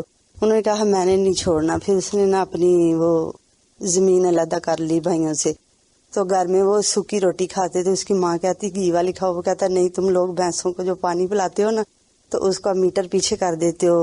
ان کے ماشاءاللہ اتنی بھینسیں تھی کہ ٹیوب ویل سے پانی پیتے تھے. اس نے کہا میں نے نہیں کھانا. وہ 2 ٹائم سوکھی روٹی کھاتا تھا پانی کے ساتھ. پھر اس نے ایک کمرہ بنایا سیپریٹ خود چھوٹا سا، تو اس میں اس نے اسپیکر رکھا، سب کہیں یہ تو پاگل ہو گیا، ہماری بدنامی کر رہا ہے، اب لوگ کیا کہیں گے. تو اس نے اسی میں بولنا شروع کیا. وہ ڈیلی 4-5 گھنٹے لیسن دیتا تھا. انہوں نے کہا کہ اب ہم اس کا کچھ نہیں کر سکتے، اب یہ سارا ہی بائی سیلف کر رہا ہے. اس کے بعد اس نے پھر شادی بڑے عجیب طریقے سے کی، رشتہ ڈھونڈا. اس نے کہا لڑکی 5 ٹائم کی نماز پڑھتی ہو اور دین کے بارے میں سارا اس کو پتا ہو. وہ شام کو گیا، جس نے رشتہ کروانا تھا اس نے دکھایا گجرانوالا کے پاس ہے گاؤں، تو وہاں اس کو لڑکی ملی. وہ کافی کھاتے پیتے تھے لیکن اس نے کہا میں نے کچھ نہیں لینا. صبح اپنی امی کو فون کیا، میں نا شادی کر رہا ہوں 1-2 گھنٹے بعد، تو آپ سب لوگ آ جائیں. تو وہ سارے گھر والے کہے اب ہم کیا کریں. پھر انہوں نے بتیک سے کپڑے لیے دلہن کے، تائی اماں کے پاس زیور تھا، تو ان کو پتا کہ جو یہ کہتا ہے اس نے کر دینا، ہم جائیں یا نہ جائیں. پھر وہ ادھر گئے تو انہوں نے دیکھا تو وہ مولوی سارے بیٹھے ہوئے تھے. نکاح ہوا، دلہن کو لے کے گھر آ گیا. تو اس کے بعد وہ نا صرف 2 سال زندہ رہا. اس لیے تھوڑا سا مجھے ہو رہا ہے نا. اللہ نے اس کو ایک بیٹی دی اور اس کو نا وہ ہیپاٹائٹس ہو گیا اور وہ پھر فوت ہو گیا. تو ہمارے گاؤں میں بہت زیادہ فرق پڑا. پوری عورتیں اس کے ساتھ ہوگی، سارے بچے اس کے ساتھ ہو گئے. جو بڑے تھے نا، بڑے لڑکے جو شادی شدہ، ان کی بیویاں بھی اس کے ساتھ. پھر وہ ماشاءاللہ مسجد میں جانا شروع ہو گیا. سب نے ڈانٹا کہ یہ جائے گا، اور وہ نماز بھی اپنے حساب سے صبح 8 بجے پڑھاتا تھا. باقی پہلے ہمارے گاؤں میں 10 بجے نماز ہوتی تھی عید کی. تو اب وہ ماشاءاللہ بہت بہتر ہو گیا سب کچھ. لیکن آپ دیکھیں کہ اگر انسان یہ سوچے کہ میں اکیلا ہوں اور اگر مخالفتوں سے گھبرا جائے تو پھر کام نہیں ہو سکتا. یہ تو اس میں ان اريد الا الاصلاح ما استطعت، کہ نہیں میں ارادہ رکھتا مگر اصلاح کرنے کا جتنی میری ہمت ہوئی، جتنی میں کر سکا. بعض لوگ اگر زیادہ نہیں کر سکتے تو وہ تھوڑی بھی نہیں کرتے. وہ کیا سوچتے ہیں تھوڑی کرنے کا کیا فائدہ، یا یہ تو معمولی کام ہے، اس سے تو کوئی خاص فرق نہیں پڑے گا. نہیں، ہر شخص سے کیا پوچھے، کتنی پوچھے، جتنی اس کی ہمت ہے، جتنی اس کی گنجائش ہے، جتنے اس کے وسائل ہیں، جتنا وہ کر سکتا ہے. تو some thing is better than nothing. جو کر سکتے وہ کر لو. بعض اوقات آپ کسی کو اسلام کی دعوت دیتے ہیں، وہ تھوڑی سی بات مانتا ہے، پھر نہیں سنتا، پھر آگے نہیں بات بنتی. بالکل فکر نہیں کریں. ایک بات آپ نے کسی کو کہہ دی، وہ اس کے دماغ میں رہ جائے گی. کل کوئی اور اس سے ملے گا، وہ اگلے سٹیپ پہ اسے لے جائے گا. پھر کوئی ایک اور مل جائے گا، وہ اس کو اس سے اگلے سٹیپ پہ لے جائے گا. آپ کا ڈالا ہوا بیج ہو سکتا ہے آپ کی زندگی کے بعد پودا بنے، لیکن آپ اپنا فرض پورا کرتے چلے جائیں. لیکن اس کا یہ مطلب نہیں کہ انسان دوسروں کے سر پہ سوار ہو جائے اور موقع بے موقع ادعو الی سبیل ربک بالحکمۃ والموعظۃ الحسنہ، حکمت اور اچھی نصیحت کے ساتھ جب جب موقع ہو، جتنی توفیق ہو، انسان کام کرتا چلا جائے. پھر اگلی بات، وما توفیقی الا باللہ، نہیں میری توفیق مگر اللہ کے ساتھ، جتنی مجھے اللہ توفیق دے گا. یہ کتنی زبردست بات ہے، کیونکہ بہت سے لوگ اگر کوئی کام کرے اور ان کے کام میں ان کو کامیابی حاصل ہو جائے تو وہ سارے کریڈٹ اپنے آپ کو دے دیتے کہ یہ میرا کمال ہے، یا میں نے یہ محنت کی، یا میں نے یہ کام کیا. نہیں، انسان جو بھی کوشش کرتا ہے جب تک اللہ توفیق نہ دے وہ کوشش کامیاب نہیں ہوا کرتی. توفیق کیا چیز ہوتی ہے؟ کسی اچھے مقصد کے حاصل کرنے کے لیے سارے اسباب مہیا کر دینا. اچھے مقصد کو حاصل کرنے کے لیے اسباب مہیا کر دینا. کہا جاتا ہے نا فلاں موفق ہے، یعنی اللہ نے اس کو اس کی نیت اور اس کے ارادے کے لیے اسباب دے دیے، اس کے لیے راہیں ہموار کر دیے، اس کے لیے راستے کھول دیے. یہ اللہ کی توفیق ہوتی. یعنی آپ قدم اٹھائیں اور چلنا شروع کریں. وہ کہتے ہیں نا کہ میں تو تنہا ہی چلا تھا جانب منزل، لوگ ساتھ آتے گئے اور کارواں بنتا گیا. کہ آپ کسی بھی کام کے شروع میں اکیلے ہوں گے لیکن پھر کیا ہوگا، قطرہ قطرہ تھوڑا تھوڑا کارواں ملتا جائے گا اور قافلہ بنتا جائے گا اور منزل آسان ہوتی چلی جائے گی. کبھی بھی یہ نہ سوچیں کہ میں تو اپنے خاندان میں اکیلی ہوں، یا میں اپنے ماحول میں اکیلی ہوں، یا میں فلاں جگہ اکیلی میں کچھ نہیں کر سکتی. نہیں، اللہ کی توفیق سے انسان سب کچھ کر سکتا ہے. آپ کے پاس ارادہ ہونا چاہیے، جو آپ کی طاقت ہے اسے استعمال ہونا چاہیے. علیہ توکل، تو اگلا سٹیپ کیا ہے؟ میں اس پر بھروسہ کرتا ہوں. یعنی میری کوشش صرف میرے ہاتھوں کی کوشش نہیں بلکہ اللہ کی مدد کے ساتھ ہے. توفیق کیا ہوتی ہے؟ اسباب مہیا کرنا. اور توکل میں کیا ہے؟ مدد کا شامل ہو جانا ساتھ. اب اس میں آپ دیکھیے کہ جیسے حدیث آتی ہے نا کہ اگر تم اللہ پہ توکل کرو جیسے توکل کرنے کا حق ہے تو وہ تمہیں اسی طرح رزق دے جیسے پرندوں کو دیتا ہے کہ وہ صبح بھوکے پیٹ نکلتے ہیں اور شام کو بھرے پیٹ واپس آتے ہیں. لیکن پرندے اپنے گھونسلوں میں بیٹھے نہیں رہتے. یعنی اگر کوئی شخص یہ سمجھے کہ پرندوں کو مفت میں رزق مل جاتا ہے بغیر کوشش کی اور یہ توکل ہے تو یہ نہیں. مطلب کیا ہے کہ پرندوں کے پاس کوئی سٹوریج نہیں ہے, کوئی ان کا بینک اکاؤنٹ نہیں ہے, کوئی ان کے پاس فریج نہیں ہے, کوئی سٹور روم نہیں, پینٹری نہیں, کچھ نہیں. جو کھاتے ہیں بس کھا کے آ جاتے ہیں, اکٹھا کر کے لا کے جمع نہیں کرتے. اس کے باوجود مرتے نہیں ہیں, جیتے ہیں, ہر روز کام کرتے ہیں, ہر روز ملتے ہیں, اپنا کام چلائے رکھتے ہیں. یہ ہے توکل کہ انسان ہاتھ پاؤں توڑ کے نہ بیٹھ جائے, کام کرے اور پھر اللہ پہ بھروسہ کرے. یہ نہ سمجھے کہ میں نے جتنا کام کیا اتنا میں پا بھی لوں گا. نہیں, اللہ کی توفیق ہوگی تو انسان پائے گا. بہت زبردست آیت ہے. وَإِلَيْهِ أُنِيبُ, اور اسی کی طرف میں بار بار پلٹتا ہوں. انیب کا لفظ جو ہے نا نوب سے ہے. نوب کا لفظ نوبت سے. نوبت کس کو کہتے ہیں؟ نوبت, اس چیز کی نوبت آ گئی. نوب کہتے ہیں بار بار لوٹنے کو. میں اللہ کی طرف بار بار لوٹتا ہوں. بار بار لوٹنے کی کیوں ضرورت آتی ہے پیش؟ ہر لمحہ تو اس کی مدد کی ضرورت ہوتی کہ انسان کام کو نکلتا ہے, انسان ارادہ کرتا ہے یا اللہ میری نیت خالص کر, کرنے کے لیے قدم اٹھاتا ہے یا اللہ تو مدد کرنا.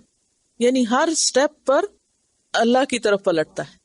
کسی بھی وقت وہ یہ کسی بھی کام اور کسی بھی کوشش میں وہ خود مختار نہیں, خود کو سمجھتا کہ میں کرنا چاہتا ہوں, میں کر سکتا ہوں, میرے میں طاقت ہے, ہمت ہے اور میں کر رہا ہوں. جب اللہ کی مدد ہوگی تو ہوگا. شعیب علیہ السلام کو خطیب الانبیاء کہا جاتا ہے. پیچھے میں آپ کو بتا چکی ہوں, زبردست خطیب تھے.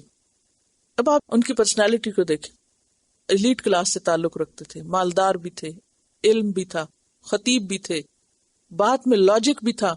اس کے باوجود قوم نہیں مانی, اس کے باوجود لوگ نہیں سمجھے. پھر آپ دیکھیے مزید سمجھاتے ہیں, وَيَا قَوْمِ, اور اے میری قوم, لَا يَجْرِمَنَّكُمْ, نہ اکسائے تم کو, شقاقی, میری عداوت, میری ضد. شقاق کا لفظ شق سے, شق کہتے ہیں نا آدھے حصے کو. شک جب کوئی چیز ہوتی ہے تو بیچ میں سے پھٹ جاتی ہے نا.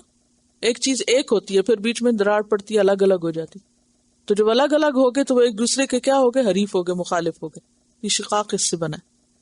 میری عداوت, میری مخالفت تمہیں نہ اکسائے. ان یصیبکم, کہ تمہیں پہنچے, مثل ما اصاب قوم نوح, جو پہنچا قوم نوح کو, او قوم ہود, یا قوم ہود کو, او قوم صالح, یا قوم صالح کو. یاد رکھو میری نصیحت, کہیں ایسا نہ ہو کہ میری ضد میں آ کے تم اللہ کی بات نہ مانو اور اس انجام کو پہنچے جو پچھلی قوموں کا ہو چکا. وما قوم لوط, اور نہیں ہے لوط علیہ السلام کی قوم, منکم, تم سے, ببعید, کچھ دور. بعید کس وزن پر ہے؟ فعیل. اور یہ اسم ظرف کا وزن ہوتا ہے یا نہیں ہوتا ہے؟ فعیل. ٹھیک ہے, یا یہ ظرف مکان ہے یا زمان ہے. ٹھیک ہے. اب کیسے؟ تم سے دور نہیں, یعنی جہاں قوم شعیب بستی تھی تو تمہارے علاقے سے لوط علیہ السلام کا علاقہ یا وہ بستی جو ہے ڈسٹنس کے اعتبار سے کچھ دور نہیں. ٹھیک ہے. اور دوسرا زمانہ, کہ زمانے کے اعتبار سے تم سے کچھ عرصہ پہلے ہی وہ عذاب آ چکا ہے قوم لوط پر. یعنی وہ وقت دور نہیں جب قوم لوط پہ عذاب آیا تھا, یا وہ بستی دور نہیں جہاں یہ عذاب آیا تھا. مجھے یہ بتائیے کہ عربی کے علاوہ کوئی اور زبان لا کے یہ ایک لفظ میں دونوں معنی سمجھائیں, ہے ہی نہیں. یعنی بعض اوقات میں اکیلی جب بیٹھی پڑھ رہی ہوتی ہوں نا اور الفاظ کے اندر جا رہی ہوتی ہوں, حیرت میں ڈوب جاتی ہوں کہ یا رب, یعنی واقعی عاجز کر دینے والا کلام ہے. ایک ایک لفظ اتنا گٹھا ہوا ہے, ایسے صحیح جگہ پر فٹ ہے کہ کم لفظوں کے اندر بے پناہ معنی پایا جاتا ہے. کئی کئی اس میں سے چیزیں نکلتی ہیں ایک ایک جملے کے اندر سے.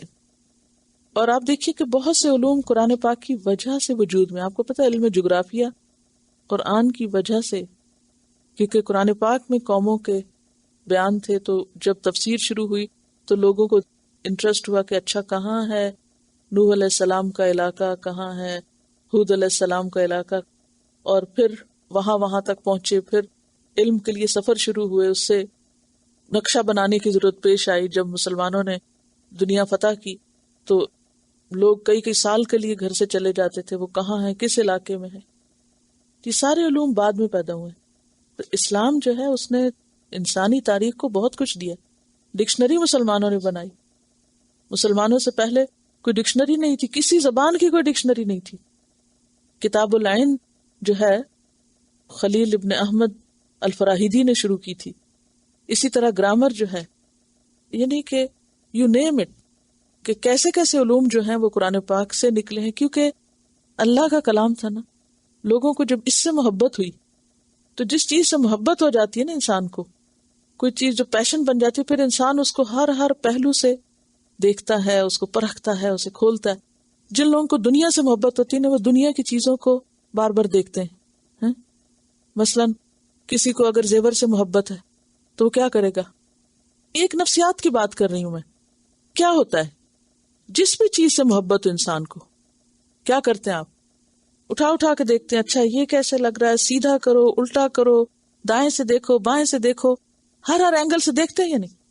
اسی طرح مثلا آپ کو اپنے بچے سے پیار ہے. چھوٹا بچہ ہوتا ہے نا، تو جب نیا بچہ پیدا ہوتا ہے تو ماں کیا کرتی ہے، کبھی انگلیاں دیکھ رہی ہے، پھر یہ خود نہیں دیکھتی، پھر کہتے ہیں دیکھو ذرا، مسکراتا کیسے ہے، بیٹھتا کیسے، اب یہ کرنے لگ گیا، وہ کرنے لگ گیا. یہ کیا ہے؟ محبت ہے نا. تو یہ انسان کی کمزوری. کچھ لوگوں کو اللہ کی کتاب سے ان سب چیزوں سے بڑھ کے محبت ہوتی ہے، باقی چیزیں ان کے لیے سیکنڈری ہوتی. ہاں ٹھیک ہے، ہوگا، ایک دفعہ دیکھی بس ختم، اس کے بعد دوبارہ کوئی اٹریکشن نہیں دیکھنے کی.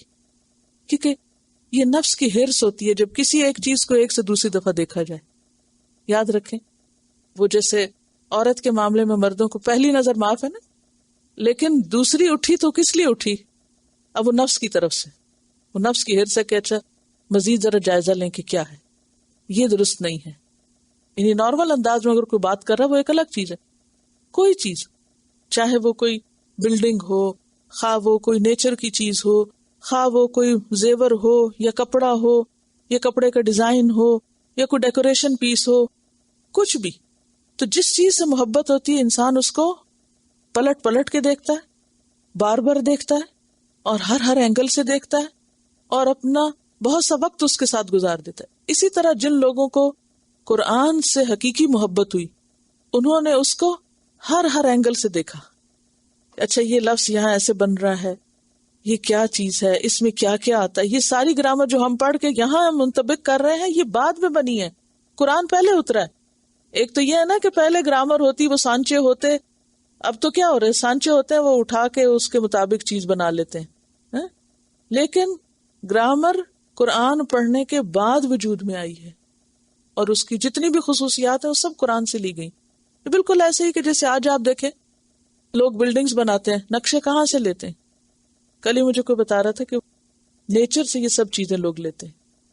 کہ جیسے اچھے آرکیٹیکٹ جو ہوتے ہیں وہ نیچر کی اسٹڈی کرتے ہیں، درختوں کو دیکھتے ہیں کہ اس کی برانچز جو ہیں وہ کدھر کو جا رہی ہیں، اور کوئی بلڈنگ بناتے ہوئے اس کو آپس میں کس طرح کنیکٹ کرنا ہے، اس کا فلو کہاں سے ہوگا، مین سینٹرل ایریا کیا ہوگا. اسی طرح زیورات کے ڈیزائن، یہ ڈیزائنرز ہیں کس طرح کام کرتے ہیں. جنگلوں میں نکل جاتے ہیں، ایک ایک پتے کو اٹھا کے اور ایک ایک پھول کو اٹھا کے اور ایک ایک چیز کو، اب تو اللہ کے فضل سے مائکروسکوپ وغیرہ ہے تو اس میں اور ڈیپتھ کے ساتھ چیزوں کو اندر سے دیکھ کے تو اس کی کاپی کر رہے ہیں. جو سنو فلیکس ہیں، اگر آپ نے کبھی غور کیا ہو تو اس میں سے ہر فلیک کا ڈیزائن جو ہے وہ فرق ہوتا ہے، اور مائکروسکوپک کیمراز سے ان کی تصویریں لے کے تو اس کے البم بنا کے اس طرح کی جیولری جو ہے وہ تیار کی جا رہی ہے.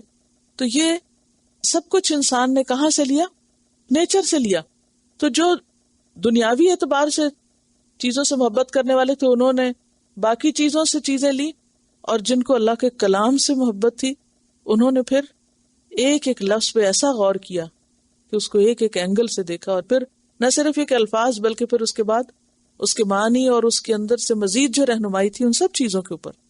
وَاسْتَغْفِرُوا رَبَّكُمْ، اور بخشش مانگو اپنے رب سے. ثُمَّ تُوبُوا إِلَيْهِ، پھر توبہ کرو اس کی طرف، رجوع کرو اس کی طرف. ان ربی رحیم ودود، بے شک میرا رب رحیم اور ودود ہے، بہت مہربان ہے، بہت زیادہ محبت کرنے والا ہے. ودود کا لفظ کس وزن پر ہے؟ فعول کے وزن. اور فعول کس کا صیغہ ہوتا ہے؟ مبالغے کا صیغہ، بہت زیادہ. اور ودود کا روٹ کیا ہے؟ ود، واو دال دال. یہ ہے شعیب علیہ السلام کی دعوت کے بنیادی نکات. اس دفعہ میں سوچ رہی ہوں کہ آپ کو سوال کچھ اس طرح دوں گی کہ مختلف پیغمبروں کی جو تعلیم تھی اس کے جو بنیادی نکتے ہیں وہ آپ لکھیں، تاکہ آپ کو یہ پتہ چلے کہ کن کن چیزوں پر انہوں نے سٹریس کیا، کن چیزوں کی طرف لوگوں کو بلایا. اور جب ہم کسی کو دین کی طرف بلاتے ہیں تو کن ایشوز کو لے بیٹھتے ہیں اور کن چیزوں کو ہائی لائٹ کرتے ہیں زیادہ.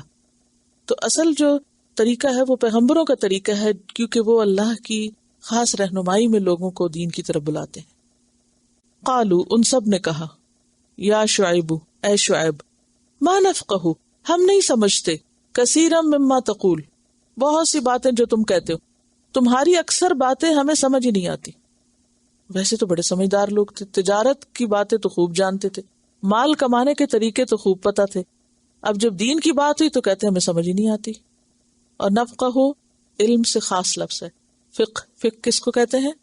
گہری سمجھ کو، علم دقیق کو، باریک سمجھ کو، علم حاضر سے غائب تک پہنچنا. حاضر کیا ہوتا ہے؟ اپیرنٹلی اوپر سے کسی چیز کو دیکھنا، اور سامنے سے دیکھ کر اس کی تہہ تک پہنچنا، یہ فقہ ہوتا ہے. مثلا کسی شخص نے ایک جملہ بولا، آپ نے اس جملے کو دیکھا کہ ہاں یہ بات یوں ہے. ایک شخص نے سنا، اس سے ایک مطلب لیا، دوسرے نے سنا، اس سے اس کا زیادہ بہتر مطلب لیا. مثلا اس میں آپ دیکھیے کہ جیسے صحابہ کرام کو آپ صلی اللہ علیہ وسلم بعض اوقات سوال کیا کرتے تھے کہ اچھا وہ کون سا درخت ہے جس سے مومن کو تشبیہ دی گئی. تو باقی لوگ جنگل کے اور درختوں کا بتاتے گئے. حضرت عبداللہ بن عمر جو تھے انہوں نے کہا کہ یہ کھجور کا درخت ہے. یعنی انہوں نے دل میں سوچا، بولے نہیں شرم کے مارے کہ اتنے بڑے بڑے لوگ مجلس میں بیٹھے ہوئے ہیں تو میں کیا کہوں.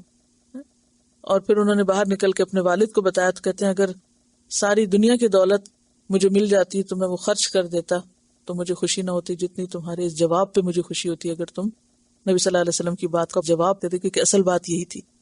اب باقی لوگ ایک سوال سن رہے ہیں، وہ کچھ سے کچھ بول رہے ہیں، اور ایک بچہ اس سے گہری بات سمجھ رہا ہے. تو یہ کیا ہے؟ یہ سمجھداری کی علامت ہے کہ باتوں کو صرف ظاہر سے نہیں بلکہ اندر کی گہرائی سے دیکھنا، بصیرت کے ساتھ دیکھنا. اسی طرح آپ دیکھیں کہ جب یہ سورت اتری اذا جاء نصر اللہ والفتح تو سب بہت خوش ہو رہے تھے. حضرت ابو بکر رو پڑے کہ اس میں تو آپ صلی اللہ علیہ وسلم کی وفات کی بات سمجھ میں آ رہی ہے. تو فقہ کہتے ہیں ظاہری علم سے غائب علم کی طرف جانے کو. جو اوپر سے نظر آتا ہے اس کو صرف اس کو نہیں دیکھنا بلکہ اس کے انڈر لائن، پیچھے جو بات ہے، جو اصل بات ہے، سمجھ کی بات ہے، اس کو دیکھنا. وہ کہنے لگے کہ یہ جو کچھ تم کہتے رہتے ہو یہ ہمیں سمجھ نہیں آتا.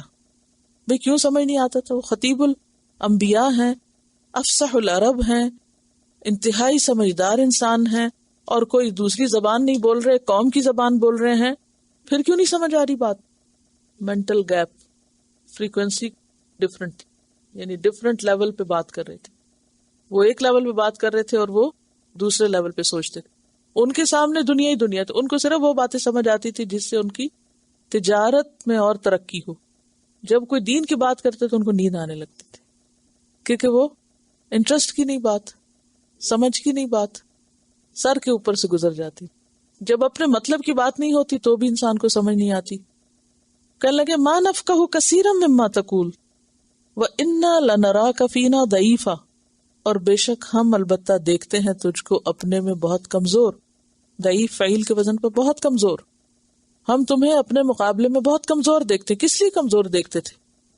اس لیے کہ ان کے ساتھ زیادہ لوگ نہیں تھے. وَلَوْلَا رَحْتُكَ، اور اگر تیری برادری نہ ہوتی. رہت کہتے ہیں 3 سے 10 تک افراد کو، گروپ آف پیپل. اگر تیری برادری نہ ہوتی، یعنی کم سے کم 3 اور زیادہ زیادہ 10. اس کا یہ مطلب نہیں کہ 3 نکال کے باقی 10، 7 نہیں بلکہ 9 کو عام طور پر تسعۃ راحت قرآن پاک میں آتا ہے. اگر یہ تیری برادری نہ ہوتی لرجمناک، تو ہم تجھ کو سنگسار کر دیتے، ہم تجھے پتھر مار کے ہلاک کر دیتے. ہمیں اگر خوف ہے تو تمہاری قوم کا ہے، تمہارے خاندان کا ہے، تمہاری فیملی کا ہے، تمہارے ان چند ساتھیوں کا ہے جو تمہارے مددگار ہیں. وما انت علینا بعزیز، اور تو ہمارے مقابلے میں کچھ غالب نہیں ہے، تیرا کوئی زور نہیں ہے ہم پر، تو ہمارا کچھ نہیں بگاڑ سکتا، تو کمزور ہے ہمارے سامنے. لوط علیہ السلام کے علاوہ باقی پیغمبروں کے ساتھ ان کی فیملی سپورٹ تھی، لیکن لوط علیہ السلام جو تھے، جب فرشتے انسانی شکل میں ان کے پاس آئے مہمان بن کے ان کے، تو وہ بہت پریشان ہوئے. ضاق بہم ذرع سیء بہم، دل تنگ ہوا. اور کیا کہا انہوں نے؟ قال لو ان لی بکم قوۃ، اب اس قوت سے مراد کیا ہے؟ عصبہ کی قوت، یعنی خاندان کی قوت. او آوی الی رکن شدید، یا کوئی مضبوط سہارا ہوتا تو میں ان کو ساتھ ملا کے تمہاری خبر لیتا. وہ تنہا اکیلے تھے کیونکہ وہ اس قوم کے نہیں تھے. لوط علیہ السلام حضرت ابراہیم کے بھتیجے تھے جو ان کے ساتھ ہجرت کر کے آئے تھے. ابراہیم علیہ السلام خود کنعان کے علاقے میں ٹھہر گئے اور بھتیجے کو سدوم کے علاقے میں تبلیغ کے لیے بھیجا. وہ آؤٹ سائڈر تھے. باقی تمام پیغمبر اپنی قوم کے اندر سے اٹھائے گئے خاندانوں کی سپورٹ کے ساتھ، لیکن لوط علیہ السلام کے پاس ایسی کوئی سپورٹ نہیں تھی. یہاں پر ایک حدیث میں آتا ہے کہ پھر اس کے بعد جتنے پیغمبر آئے لوط علیہ السلام کے بعد، ان سب کو اللہ تعالیٰ نے کنبے کی سپورٹ دی. خاص طور پر قبائلی زندگی میں خاندان کی سپورٹ بہت ضروری ہوتی ہے، وہاں تنہا انسان نہیں رہ سکتا. اسی لیے ہم دیکھتے ہیں کہ نبی صلی اللہ علیہ وسلم کے ساتھ آپ کے چچا کی سپورٹ رہی. الم یجدک یتیما فآوا، تو یہ آوا کہاں تھا؟ کیا ہم نے آپ کو یتیم نہ پایا پھر آپ کو ٹھکانہ دیا؟ آپ کے والد تو پہلے سے ہی فوت ہو گئے تھے آپ کی ولادت سے، اور دادا بھی آپ کی چھوٹی عمر میں فوت ہو گئے. تو اس کے بعد جب آپ ابھی بچے تھے، نابالغ یتیم تھے، تو آپ کے چچا نے آپ کو اپنی کفالت میں لے لیا تھا، اور پھر مرتے دم تک آپ کو سپورٹ کیا تھا، آپ کو سہارا دیا تھا. اور اگرچہ فزیکلی وہ آپ کے ساتھ یا آپ کے مشن کے ساتھ نہیں تھے، یا جیسے بعض روایات میں آتا ہے کہ وہ مسلمان نہیں ہوئے تھے، لیکن ہمیشہ آپ کے ساتھ رہے. حتیٰ کہ شیب ابی طالب کو شیب ابی طالب اسی لیے کہا جاتا ہے کہ وہاں بھی وہ آپ کے ساتھ تکلیف اٹھا رہے تھے، قبائلی عصبیت کی بنیاد پر، کیونکہ کسی بھی قبیلے کا فرض بنتا تھا کہ وہ اپنے قبیلے کو سپورٹ کرے، خاندان کو سپورٹ کرے. ابو طالب کے شعر ہیں کچھ، واللہ لن یصلوا الیک بجمعہم، اللہ کی قسم یہ لوگ آپ تک نہیں پہنچ سکیں گے اپنے گروپ کے ساتھ. حتی اوصد فی التراب دفینا، یہاں تک کہ میں گاڑ دیا جاؤں مٹی میں دفن ہو کر، یعنی جب تک میں زندہ ہوں یہ تمہیں کوئی نقصان نہیں دے سکتے. فاصدع بامرک ما علیک غضاضۃ ابشر بذاک وقر منہ عیونا. ان شعروں کا مطلب یہی ہے خلاصہ کہ تم اپنا کام کیے جاؤ اور خوش رہو، یعنی خوشی سے کرو، کھلم کھلا کرو، کہ جب تک میں زندہ ہوں تمہارا کوئی بال بیکا نہیں کر سکتا. ٹھیک ہے. تو دور جاہلیت میں بہت عصبیت تھی، اور پہلے بھی آپ کو وہ شعر 2-3 دفعہ سنا چکی ہوں کہ وما انا الا من غزیہ ان غوت غویت وان ترشد غزیۃ ارشدی. میں غزیہ قبیلے سے تعلق رکھتا ہوں، اگر وہ بہکے تو میں بھی بہکوں گا، اور اگر وہ ہدایت پر ہوئے تو میں بھی ہدایت پاؤں گا. یعنی لوگ اپنے قبیلے کو آنکھیں بند کر کے سپورٹ کرتے تھے، خواہ وہ انصاف پہ ہوتا یا ظلم پہ. اسلام نے آ کے اس کو بھی توڑا، اور اس کے بعد رشتہ کس بنیاد پہ قائم ہوئے؟ ایمان کی بنیاد پر. والمؤمنون والمؤمنات بعضهم اولیاء بعض، اور انما المؤمنون اخوہ قرار پایا. اور جاہلیت کے دور کا یہ قبائلی تعصب، اس کے لیے آپ نے فرمایا کہ دعوها فانها منتنہ، اس کو چھوڑ دو، یہ انتہائی سڑی ہوئی چیز ہے. یعنی کہ درست نہیں ہے کہ انسان کسی ظالم کا ساتھ اس لیے دے کہ وہ میرے خاندان کا ہے، خواہ اپنی اولاد ہو یا والدین. کیا حکم دیا گیا؟ انصاف کی بات کرو. پیچھے پڑ چکے نا آپ. یا ایھا الذین آمنوا کونوا قوامین بالقسط شہداء للہ. تو یہاں یہ کہتے ہیں ولولا رہتک لرجمناک، تیری یہ برادری نہ ہوتی تو ہم تجھے سنسار کر دیتے. وما انت علینا بعزیز، قالا کہا یا قومی، اے میری قوم، ارہطی اعز علیکم من اللہ، کیا میری برادری زیادہ طاقتور ہے، زیادہ غالب ہے تم پر اللہ سے؟ یعنی تمہیں میری برادری کا ڈر ہے اور اللہ کا ڈر نہیں؟ میری برادری تمہیں بڑی نظر آتی ہے، زیادہ طاقتور نظر آتی ہے اللہ کی طاقت سے. وَاتَّخَذْتُمُوهُ وَرَاءَكُمْ ظِهْرِيًّا، اور ڈال دیا تم نے اس کو یعنی اللہ سبحانہ وتعالیٰ کو وراءکم اپنے پیچھے، ظہریاً بھولا بسرا. ظہری کا لفظ جو ہے نا یہ زہر سے، زہر کس کو کہتے ہیں؟ پشت کو، پیٹ کو. پیٹ پیچھے کسی چیز کو ڈال دینے کا معنی کیا ہوتا ہے؟ بھلا دی گئی، پیٹ پیچھے ڈالا ہوا. اللہ کو تم نے اپنی پیٹ پیچھے ڈال دیا، بھلا دیا، اہمیت ہی نہیں دی، بھولی بسری چیز قرار دی. اور میری برادری تمہیں بہت بڑی چیز نظر آتی ہے. ان ربی بما تعملون محیط، بے شک میرا رب ساتھ اس کے جو بھی تم کر رہے ہو گھیرنے والا ہے، ایک ایک عمل کا احاطہ کر رہا ہے. آج بھی آپ دیکھیں کہ لوگ اللہ کے مقابلے میں لوگوں سے زیادہ ڈرتے ہیں.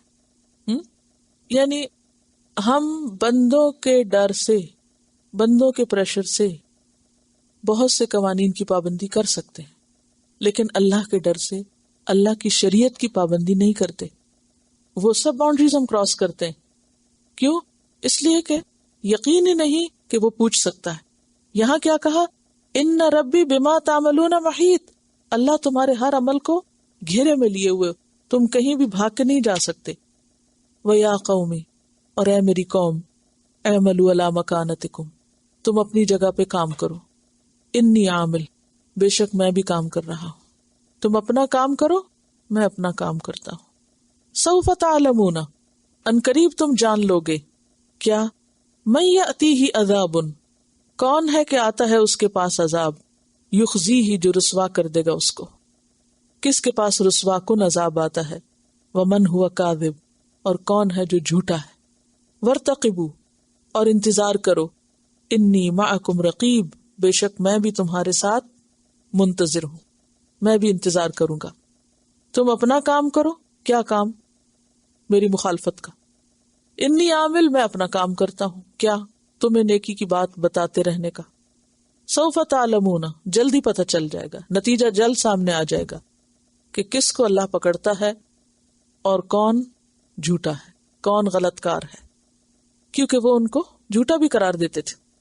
تم بھی انتظار کرو، میں بھی انتظار کرتا ہوں کہ کامیاب کون ہے. وہ ہوتا یہ تھا کہ پیغمبروں کو کہتے تھے کہ تم ہمیں دھمکیاں دیتے ہو کہ عذاب آئے گا، کہاں ہے تمہارا عذاب؟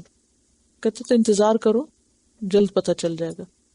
رقیب لفظ بھی انتظار کے لیے ہو سکتا ہے. رے قاف بے اس کا روٹ ہے، یعنی ایک معنی کے لیے ایک ہی لفظ تھوڑی ہوتا ہے. اب کیا ہوا؟ جب حجت تمام ہو گئی تو اللہ کا عذاب آ گیا. وَلَمَّا جَاءَ أَمْرُنَا، اور جب آ گیا ہمارا فیصلہ یعنی عذاب کا. نجینا شعیبا، نجات دی ہم نے شعیب علیہ السلام کو، بچا لیا ہم نے شعیب کو. والذین آمنوا معہ، اور وہ لوگ جو اس کے ساتھ ایمان لائے تھے. برحمت منا، اپنی رحمت کے ساتھ. تو اس سے کیا پتہ چلتا ہے کہ خواہ کوئی پیغمبر ہو یا ایمان والے ہوں، جب تک کامیابی نہیں ہو سکتی جب تک کہ اللہ کی رحمت ساتھ نہ ہو. یہی ڈرنے کی اصل بات ہے. وَأَخَذَتِ الَّذِينَ ظَلَمُوا الصَّيْحَةُ، اور پکڑ لیا ان لوگوں کو جنہوں نے ظلم کیا تھا ایک چیخ نے. فَأَصْبَحُوا فِي دِيَارِهِمْ جَاثِمِينَ، تو وہ ہو گئے اپنے گھروں میں زمین پہ الٹے ہو کے گرنے والے. قوم سمود کے اوپر بھی ایک چیخ آئی تھی اور یہاں بھی، اور چیخ کے ساتھ زلزلہ بھی ہے. دوسری آیت ایک میں آتا ہے کہ ان کو زلزلے نے پکڑ لیا. میں نے آپ کو صیحہ کا معنی بتایا تھا، لکڑی چیرنے اور کپڑا پھاڑنے کی آواز. کبھی لکڑی چیرنے کی آواز سنی ہے کسی نے؟ اس وقت سنتے تو کیا ہوتا ہے، جھرجھری سی آتی ہے نا، کوئی پلیزنٹ آواز نہیں ہوتی. لکڑی چیرنے کی آواز چی کر کے اس میں سے آواز آتی. اسی طرح تیز کپڑا پھاڑتے ہیں تو اس میں سے بھی ایک، وہ اتنی تکلیف دہ تو نہیں ہوتی جتنی لکڑی چیرنے کی آواز ہوتی ہے. لیکن یہ ایک مانی ہوئی بات ہے کہ آواز انسان کی اوپر اسی طرح اثر رکھتی ہے جیسے اور چیزیں، مثلا دھوپ، گرمی، سردی. اسی طرح آواز، سرٹن لیول کی فریکوینسی کی آواز جو ہے وہ انسان کو کھل کر دیتی ہے، ختم کر دیتی ہے. قوم سمود کے اوپر آپ ذرا غور کیجئے. قوم سمود سالڈ راکس کے اندر گھر بناتے تھے جس کو نہ زلزلہ گرا سکتا تھا، نہ وہاں ہوا داخل ہو سکتی تھی، یعنی اندر ہی اندر ان کے مکان تھے، نہ بارش نہ دھوپ نہ کچھ اور، اتنے سیف اینڈ سیکیور گھر بنائے تھے انہوں نے اپنے. تنحتون من الجبال بیوتا، اور پھر سہول میں یعنی کہ میدانوں میں بھی انہوں نے اپنے پیلسز بنائے ہوئے تھے بہت ہی مضبوط قسم کی راکس سے، جو کہ اب تک قائم ہے ہزاروں سال گزرنے کے بعد بھی. بظاہر دیکھنے میں بالکل سیکیور اور پیسفل، کوئی نقصان پہنچنے کا اندیشہ نہیں. تو اللہ نے کہاں سے پکڑا؟ ایک چیخ سے، چیخ نے ان کو ہلاک کر کے رکھ دیا. اب دیکھیں نا کہ نوح علیہ السلام کی قوم پہ پانی کا طوفان آیا، ہود علیہ السلام کی قوم پہ ہوا کا طوفان، قوم سمود پہ نہ ہوا اور نہ پانی، صرف چیخ کافی تھی انہیں مارنے کے لیے. یہ ہو سکتا ہے کہ پہاڑوں کے اندر وہ ایکو جو ہے ان کے مکانوں کے اندر، ویسے بھی یعنی کہ اگر آپ دیکھیں ایسی بلڈنگز کے اندر اگر انسان بھی چیخے تو وہ بہت ایک شدید اور ناگوار قسم کی آواز ہو سکتی. یہ کہہ رہی ہیں کہ بعض جو آوازیں ہیں وہ الٹراسونک ریز یا ایسی ہیں کہ جس سے انسان کے کانوں کے پردے تک پڑ جاتے ہیں. میں نے پچھلے دنوں کسی مووی کا سنا تھا کہ ایک ایسی مووی بنائی گئی جس میں کچھ آوازیں ڈالی گئیں کہ جو ایسی فریکوینسی پہ تھی کہ جس کو کان تو نہیں سنتے تھے مگر وہ انسان کی جسم کے اوپر اثر انداز ہوتی تھی، اور جو لوگ وہ دیکھے باہر نکل کے وہ تھرو اپ کر رہے تھے اور یعنی کہ وہ سب بیمار پڑے. اور یہاں بھی آپ دیکھیں کہ ان پر بھی زلزلہ آیا لیکن اس کے ساتھ چیخ بھی. کألم یغنوا فیہا، گویا کہ وہ وہاں بسے ہی نہیں تھے، کبھی رہے ہی نہ ہو. الا خبردار، بعدا لمدین، دوری ہے مدین کے لیے، لعنت ہو مدین پر. کما بعدت سمود، جس طرح دور ہوئے سمود، جیسے لعنت ہوئی سمود پر ویسی ہی لعنت مدین پر. اب سمود اور مدین کے بیچ میں قوم لوط ہے، لیکن ان کو سمود کے ساتھ تشبیہ دی جا رہی کیونکہ یہ ملتا جلتا عذاب ہے. وہاں بھی صیحہ تھی، یہاں بھی صیحہ ہے. اب آپ دیکھیے کہ ایسی عمارتیں بنانے والے کیا وہ آرکیٹیکٹ نہ جانتے ہوں گے؟ کیا وہ میتھمیٹکس نہ جانتے ہوں گے؟ کیا ان کے پاس مشینیں نہیں ہوں گی؟ کیونکہ ایسی عمارتیں بنانا آسان کام نہیں ہوتا. لیکن دنیاوی امور میں اتنے ماہر ہو کے اور پھر دنیاوی اعتبار سے حد درجہ خوشحال ہو کے جب اللہ کی بات نہیں مانے تو کسی چیز نے پناہ نہیں دی، کیونکہ یہ ساری چیزیں اللہ کی ہیں. اگر اللہ پناہ نہ دے کسی کو تو اللہ کی بنائی ہوئی چیزیں بھی پناہ نہیں دیا کرتی. یہ انسان کی بھول ہے کہ وقتی طور پر جو چیزیں ہمیں سہارا دیتی ہیں وہ شاید ہمیشہ کے لیے ہماری ہوں. اب دیکھیں کہ کسی مال و دولت کی ان کے پاس کمی نہیں تھی، لیکن اللہ تعالیٰ فرماتے ہیں کہ وہ اپنے گھروں میں اس طرح اوندھے ہو کے گرے پڑے تھے. اور اوندھا گرنا جو ہے نا ایک بےزتی کی بات ہوتی ہے نا، انسان انسلٹ بھی فیل کرتا ہے کہ جیتے جی انسان کبھی یوں نہ پڑا ہو کسی کے سامنے. کس طرح وہ اپنے گھروں میں الٹے زمین کے اوپر لیٹے پڑے تھے، اور پھر ان کے جسم دفنانے والے اور اس کو بھی لے جانے والے کوئی کہیں نہ تھے، ایسے جیسے کبھی وہ وہاں رہے ہی نہ ہو.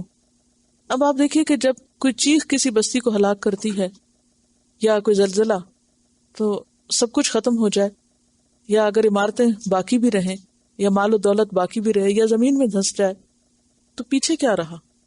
اور جب یہ کہا جاتا نا بعدا لمدین، گویا دور پھینک دیے گئے مدین، تاریخ کا گم شدہ حصہ بن گئے. کسی کو پتہ ہی نہیں کہ وہاں کوئی قوم ایسی بستی تھی جن کے پاس اتنا مال تھا.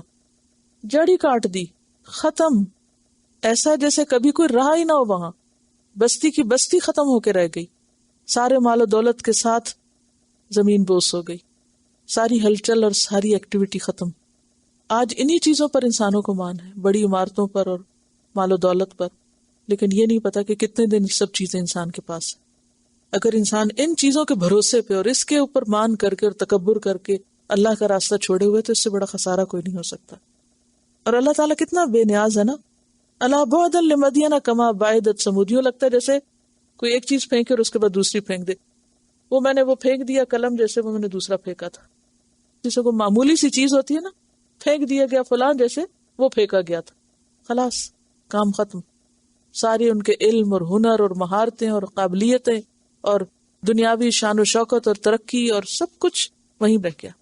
اب دیکھیے کہ جو ابتدائی پیغمبر ہیں ان کی دعوت میں عام طور پر شرک سے پرہیز اور استغفار کی بات ہے، لیکن اس کے بعد جو لیٹسٹ لوط علیہ السلام کی قوم اور اس کے بعد شعیب علیہ السلام کی قوم یہاں اخلاقی خرابی میں، اس کے بعد قوم فرعون آتی ہے جس میں اور زیادہ اخلاقی خرابیاں آپ کو نظر آئیں گی، اور پھر اس کے بعد آپ دیکھیں کہ جو جو انسانوں نے ترقی کی ہے اور جتنی مادی ترقی ہوتی جا رہی اتنے ہی فساد کی قسمیں زیادہ نکلتی آ رہی.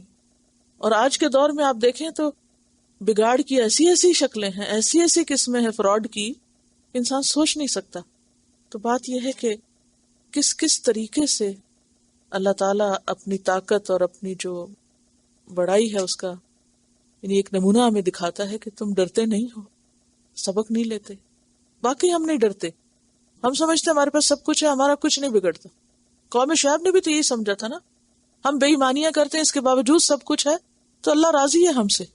وآخر دعوانا ان الحمد للہ رب العالمین. سبحانک اللہم وبحمدک نشہد ان لا الہ الا انت نستغفرک ونتوب الیک. السلام علیکم ورحمۃ اللہ وبرکاتہ.